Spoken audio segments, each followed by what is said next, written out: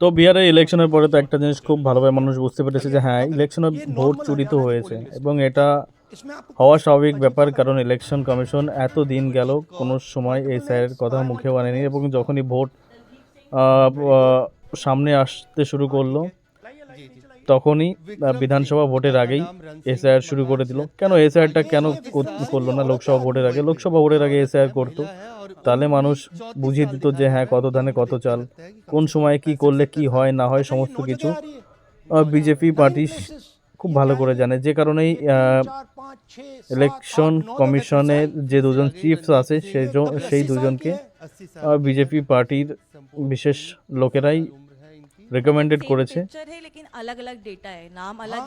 এবং রাহুল গান্ধী যেসব প্রমাণের সাথে দেখিয়েছে যে ভোট চুরি হয়েছে কি না, কারণ যদি ক্ষমতা থাকতো ইলেকশন কমিশনের অবশ্যই রাহুল গান্ধীর বিরুদ্ধে অবশ্যই আইনি ব্যবস্থা নিত, কারণ সেই ক্ষমতা নেই এবং যে ভুল করেছে, যে চুরি করেছে সমস্ত কিছু চোখ রেখে দেখিয়ে দিয়েছে Rahul Gandhi.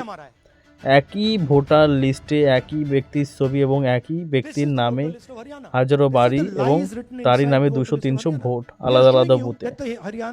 Voter list is flawed, is rubbish. This is a central question. If this is flawed, elections are fundamentally flawed. আজকে বিহারের সব থেকে বড় খবর, বিহারে ইলেকশন ইতিমধ্যে শেষ হয়ে গেছে, কিন্তু এর মধ্যে কিছু কিছু খবর উঠে এসেছে যেখানে একটি অঞ্চলে প্রায় 22টি পোলিং বুথ রয়েছে এবং 22টি পোলিং বুথের মধ্যে যেখানে দেখা যাচ্ছে প্রায় 19টি বুথে গ্রাম অঞ্চলের মানুষ এখনো ভোট দিতে পৌঁছায়নি। वोट बहिष्कार क्यों किया है? वोट बहिष्कार इसलिए है कि यहाँ पे आज तक सरकार कोई मूलभूत सुविधा दूनवासियों को नहीं दिया। पहला नंबर, जैसे मान लीजिए कि रोड, पुलिया, बिजली, स्वास्थ्य, यहाँ की स्कूल भी है तो यहाँ पे टीचर नहीं है, स्वास्थ्य है तो डॉक्टर नहीं है।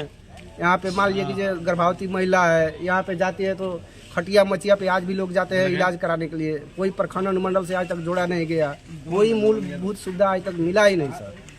इसलिए यहाँ प्रशासन आप लोग को मान मनोबल करने पहुंचा था कि वोट दीजिए, क्या जी हुआ? प्रशासन का तो काम है सर, मान लीजिए कि समझाना, सही रास्ता दिखाना, लेकिन सर क्या ये बताइए कि सरकार आज तक जब मूलभूत सुविधा देवे नहीं किया तो क्या यहाँ का जनता सिर्फ वोट देने वाला मशीन तो नहीं है सर।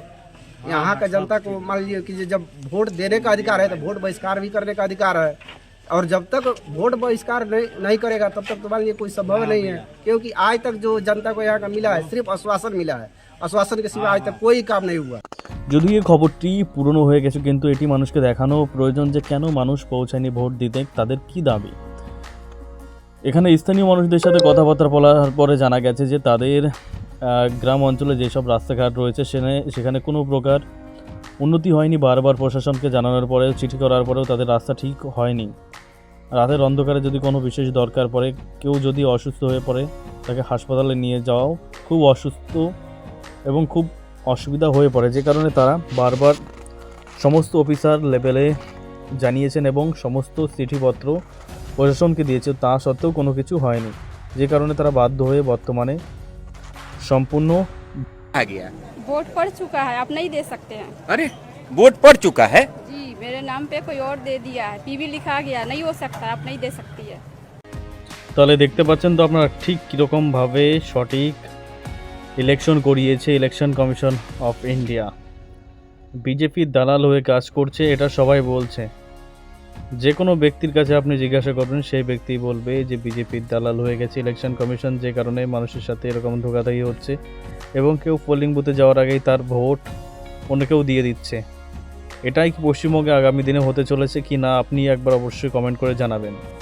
তো বিহারে যদি এরকম অবস্থা হয়ে থাকে এবং পশ্চিমবঙ্গে ইতিমধ্যে এসআইআর শুরু হয়ে গেছে, আর এটা শেষ হতে হতে এখনও প্রায় 2-3 মাস সময় লাগবে। ইলেকশনও প্রায় 4-5 মাসের মধ্যে ইলেকশন শুরু হতে চলেছে পশ্চিমবঙ্গে। তো এরকম যদি অবস্থা থাকে তাহলে কিভাবে কি করবে প্রশাসন?